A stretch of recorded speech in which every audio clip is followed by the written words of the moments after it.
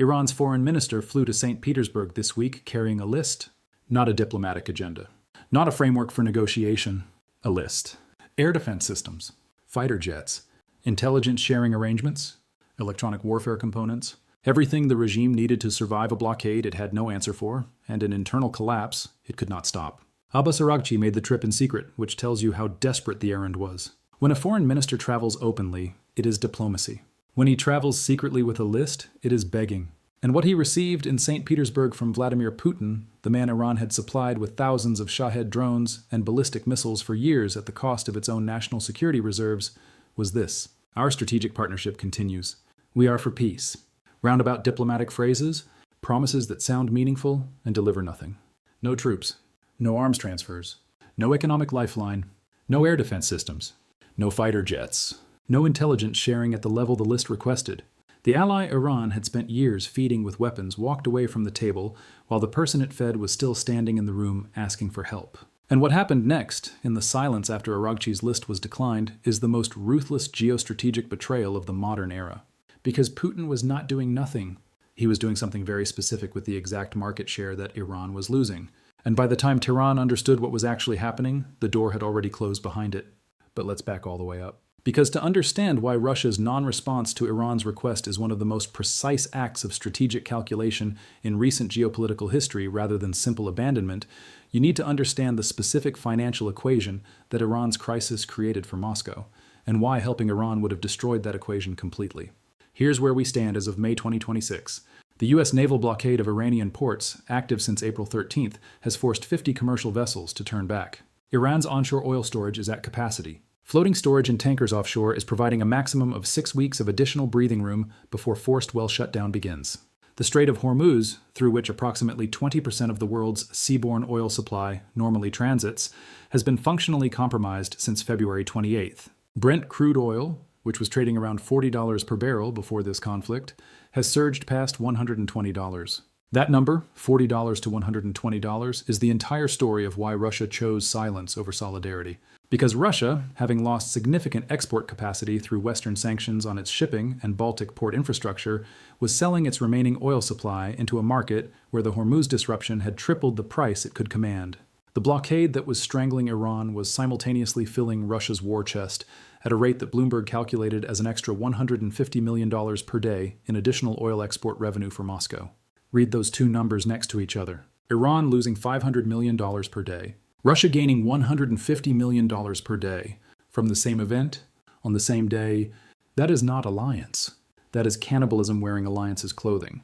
And Putin understood this arithmetic before Araghchi's plane landed in St. Petersburg. Let me show you the mechanism precisely, because this is the part that most coverage of Russia's non-response has treated as passive indifference when it is actually active strategy. When the Strait of Hormuz closed and China faced a daily supply gap of 4 to 5 million barrels, Beijing had exactly one reliable alternative at the scale and speed its industrial economy required: Russia. Putin maximized ESPO pipeline flows, increased shipments from Pacific ports, and began pumping approximately 2.1 million barrels per day to China. High volume, high price. Entirely by land, not dependent on Hormuz, not within reach of the American blockade, Russia rose to become China's largest single oil supplier. Not through diplomatic negotiation or strategic realignment announced at a summit. Through the simple act of filling the pipeline capacity that Iran's disappearance from the market created. If Putin had given Iran what Araghchi's list requested, the blockade might have been lifted. Iranian oil would have returned to Chinese markets. Russia's premium pricing would have collapsed. Moscow's extra $150 million per day would have evaporated. The arithmetic of betrayal is brutal in its simplicity. Helping Iran would have cost Russia its most profitable economic moment since the Ukraine war began. Watching Iran drown generated the revenue that funded Russia's military operations for months. The concept of alliance was shattered on the sharp edge of a cost-benefit calculation that Putin had already run before the request arrived. Now let me give you the China dimension, because Beijing's role in this betrayal is not secondary to Moscow's. It is simultaneous, coordinated, and in some ways more devastating because of the specific assets China removed from Iran in the process of switching its loyalty. China had been purchasing approximately 1.25 million barrels of Iranian crude per day before the current conflict, discounted $8 to $10 below Brent, routed through a network of intermediary entities and smaller banks specifically designed to avoid secondary sanctions exposure. With the blockade and the military conflict making Iranian crude both physically difficult to transport and legally hazardous for Chinese banking relationships, Beijing made its calculation. It reduced Iranian oil purchases to 1.03 million barrels per day, a cut of approximately 220,000 barrels per day, and simultaneously boosted Russian oil imports to a record 2.07 million barrels per day. The Iranian regime, watching this happen, made what must have been a humiliating commercial gesture. It offered China a 16% discount on its crude, far beyond global market norms, to keep Beijing as a buyer during the worst financial crisis in the regime's history. Beijing declined. For China, Iranian crude at a 16% discount is not a cheap advantage when it comes with secondary sanctions exposure, physical transport uncertainty through a blockaded waterway, and the reputational cost of supporting a regime that the entire Western financial system is trying to isolate. Russia's oil, arriving by pipeline and Pacific port without touching any American-controlled corridor, is cleaner, more reliable, and strategically preferable even at a higher price. Iran's last major customer did not slowly drift away. It declined a fire sale offer and turned to the other supplier that was ready to fill the order. Read that carefully. Iran offered China a 16% discount on its crude, and China said no. There is no more complete summary of how completely the regime's commercial leverage has collapsed than that single transaction. The country that used to extract political cooperation from Beijing by offering marginally discounted oil could not secure oil purchases even with a 16% price cut. The commercial relationship that sustained the regime through decades of Western sanctions ended not because of American pressure alone, but because Russia made itself the more attractive supplier at exactly the moment Iran needed the relationship most. This is what geoeconomic cannibalism looks like when it is fully operational. Now let me show you the evacuation dimension, because this is the data point that converts everything else in this story from diplomatic abstraction into a physical verdict on the ground.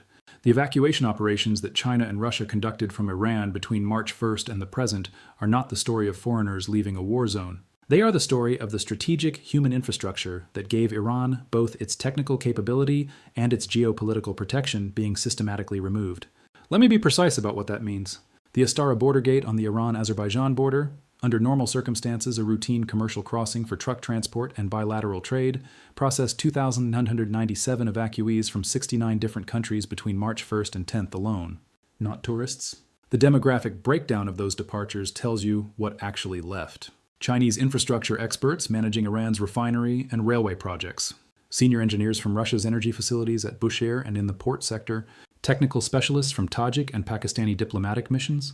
The brain trust that managed Iran's digital and logistical switches was walking out through a border gate while IRGC generals were issuing statements about their readiness to fight.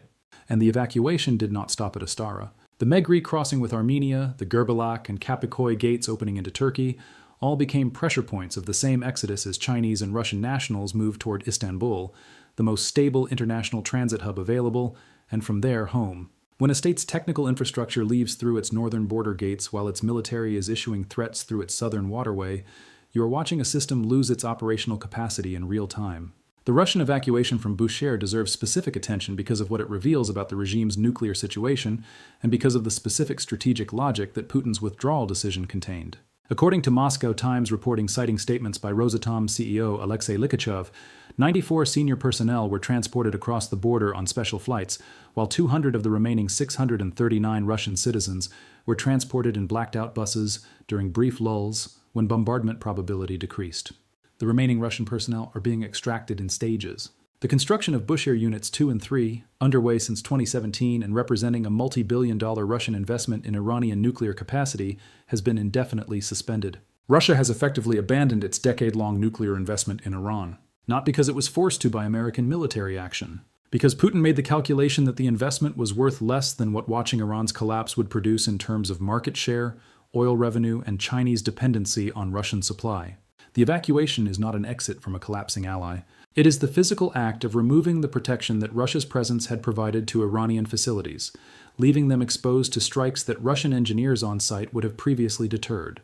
Let me explain that last point specifically because it is the most underreported strategic dimension of the entire evacuation story.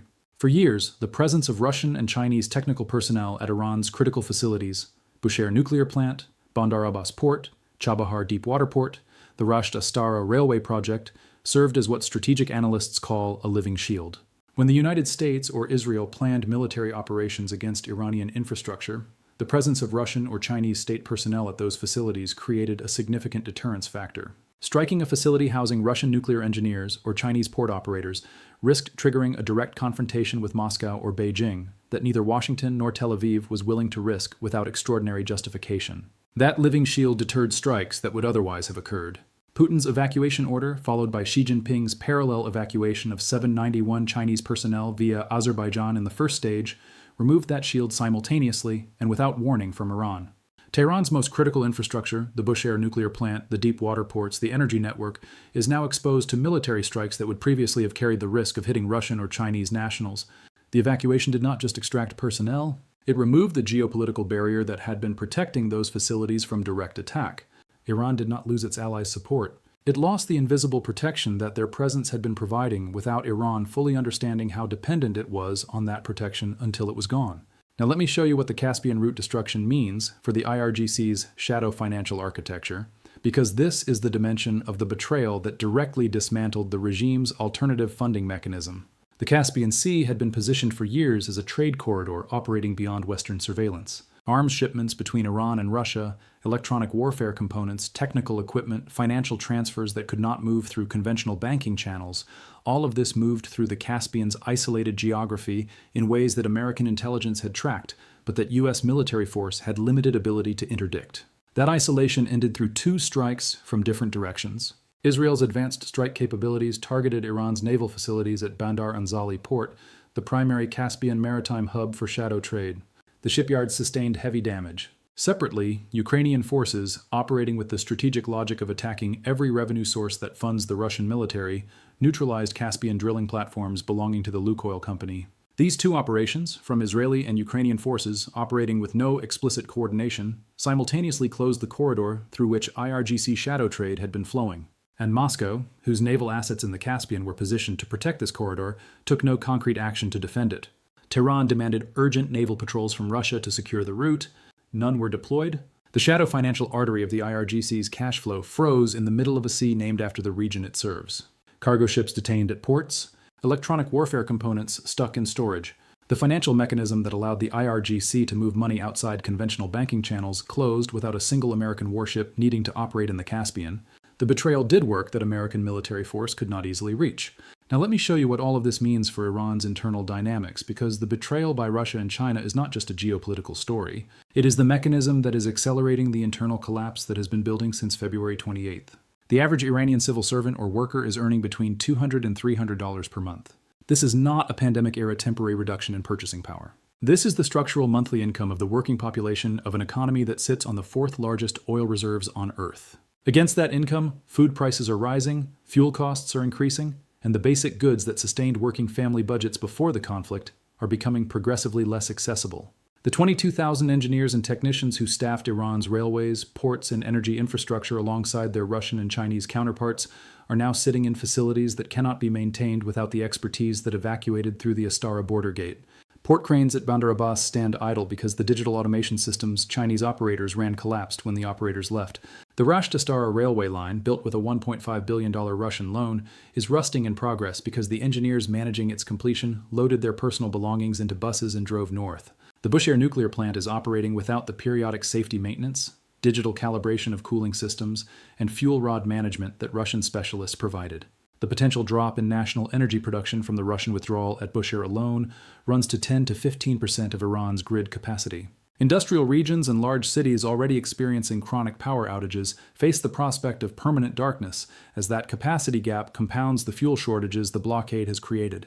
And the consequence of that darkness is the one that keeps the regime's decision-makers more afraid than any American warship or any Israeli strike package. Because when industrial regions go dark and workers cannot be paid, and food prices exceed what a $300 monthly salary can absorb, the armed forces that enforce the regime's domestic authority are facing the same economic reality as the population they are supposed to suppress. Security forces whose families cannot fill a basic shopping basket do not remain reliably loyal to the institution that cannot pay them out of ideological commitment alone.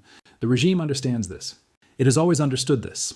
The difference between the situation in May 2026 and every previous crisis the regime survived is that this time the financial artery that allowed the regime to pay its enforcers even when sanctions were at their most severe, the oil revenue routed through Chinese buyers via ghost fleets and through Russian-guaranteed Caspian trade, has been severed simultaneously from 3 directions. The blockade cut the maritime oil revenue. Beijing's pivot to Russian supply cut the Chinese-buyer relationship. And the Israeli strike on Bandar and Zali, combined with the Ukrainian strike on Caspian platforms, cut the shadow financial corridor.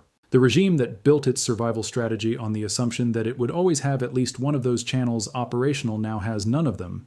Now let's bring the three-track convergence into the full picture, because what Russia's betrayal and China's pivot represent is not a diplomatic embarrassment. It is the third and final wall of a strategic enclosure that the United States has been constructing since February 28th. Track 1 is the military track. Over 120 Iranian naval vessels destroyed. 85% of Iran's missile-making capability degraded. The living shield of Russian and Chinese personnel at critical Iranian facilities removed by evacuation orders issued simultaneously by Putin and Xi. Iranian infrastructure now exposed to strikes that the presence of foreign nationals had previously deterred. The Caspian corridor neutralized by Israeli and Ukrainian action. Track 2 is the financial track. The blockade cutting maritime oil revenue to near zero. China declining a 16% discount offer and redirecting to Russian supply. Russia filling that demand and capturing Iran's market share permanently. The blockade costing Iran $500 million per day, while simultaneously generating $150 million per day in additional revenue for Moscow. Track 3 is the diplomatic and alliance collapse track. Araghchi's secret St. Petersburg list declined with diplomatic phrases. The evacuation of 2,097 personnel from 69 countries through Astara between March 1st and 10th alone.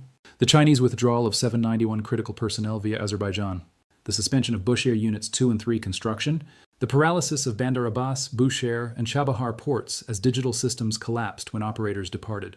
All three tracks converging at the same moment. And the convergence point is not a military engagement or a diplomatic crisis. It is a logistical and financial fact. The machines have stopped. The engineers are gone. The buyers have turned to a different supplier. And the ally that was supposed to prevent this from happening is using the revenue that Iran's absence from the market is generating to fund a different war. Here is the honest strategic assessment that every analysis of this situation eventually arrives at. The betrayal narrative, Russia and China abandoning Iran, is accurate but incomplete. Because abandonment implies a relationship that genuinely existed in the form the abandoned party believed it did. What the evacuation operations and the oil market pivot and Araghchi's empty-handed return from St. Petersburg have revealed is that the relationship never existed in the form Tehran believed. Moscow used Iranian drone and missile supplies to sustain its Ukraine campaign without providing Iran the security guarantees that would have made the transfer genuinely mutual. Beijing used Iranian oil discounts to subsidize its industrial output without building the supply chain infrastructure that would have made Chinese demand for Iranian crude irreplaceable. Both relationships were commercial arrangements with ideological framing.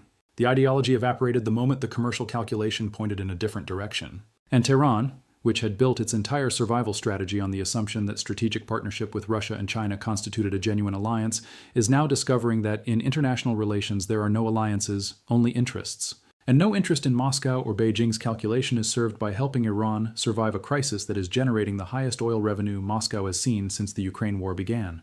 The structural risk that should be concentrating the most serious analytical attention right now is the specific vulnerability created by the Russian and Chinese departure from Iran's nuclear and port infrastructure. The Bushehr nuclear plant, now operating without Russian safety maintenance specialists, represents a category of risk that goes beyond the regime's political survival. Nuclear facilities require continuous specialized maintenance that cannot be improvised by local technicians on a trial-and-error basis. The digital calibration of cooling systems, the fuel rod management protocols, the periodic safety assessments that prevent conditions from developing that the plant was not designed to manage, all of this was being performed by the Russian specialists who are now in buses heading toward the Azerbaijani border. If those maintenance cycles are missed, the consequences are not political. They are physical. And a facility experiencing physical problems in an environment where it is simultaneously exposed to potential airstrikes because its human shield has departed and operating without the expert maintenance that its systems require is a risk category that goes well beyond what any of the other elements of this crisis produce. The evacuation removed people. It may have left conditions developing at those facilities that no evacuation can reverse. What the 6 weeks ahead carry is not merely a financial countdown to well shutdown and storage capacity exhaustion. It is the accumulation of every element of the strategic enclosure arriving at the same threshold simultaneously. The oil revenue going to zero, the Chinese buyer redirected to Russian supply permanently. The Russian market share capture locking Iran out of the Eastern Axis on terms that will outlast this specific conflict. The shadow financial corridor through the Caspian frozen. The port infrastructure paralyzed by the departure of the operators who ran it. The nuclear plant maintenance falling behind on schedules that cannot be easily recovered. The regime's enforcers facing the same food price and salary reality as the population they enforce against. And the foreign minister's list returning from St. Petersburg unchecked, while the ally who declined it fills Iran's market position in China and uses the revenue to fund a separate war. The fairy tale of the Eastern Axis, the multipolar world in which Russia and China would protect Iran from Western pressure as the price of the ideological solidarity Tehran believed the relationship was built on, ended in the suitcases of engineers walking through the Astara border gate. The myth is gone. The machines have stopped. The engineers have left. The buyer has changed suppliers. And the oil that Iran cannot sell is sitting in tanks on Karg Island, counting down to the physical ceiling that forces the pumps to stop. The great unraveling is not approaching. It has begun, and the question that nobody in Tehran, Moscow, Beijing, or Washington can answer with confidence is what the regime that built its entire survival strategy on alliances that did not exist does in the 6 weeks it has left before the arithmetic delivers its verdict. Drop your prediction in the comments. Subscribe and turn on notifications. The engineers are gone, the ports are idle, and the clock is running. We will see you in the next one.